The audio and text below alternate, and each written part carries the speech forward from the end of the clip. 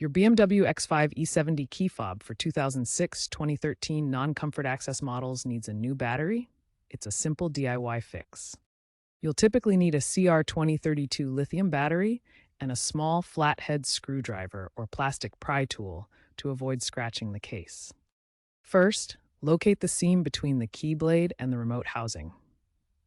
Use the pry tool to gently open the case, being careful not to scratch the plastic or apply too much force. Once open, remove the old battery, noting which side is up to ensure correct polarity. Install the new CR2032 battery with the correct polarity, positive side up as noted from the old battery. Snap the case back together, ensuring it clicks securely into place. Finally, test the remote to ensure it works. If not, you may need to reprogram it by cycling the ignition key or using a diagnostic tool.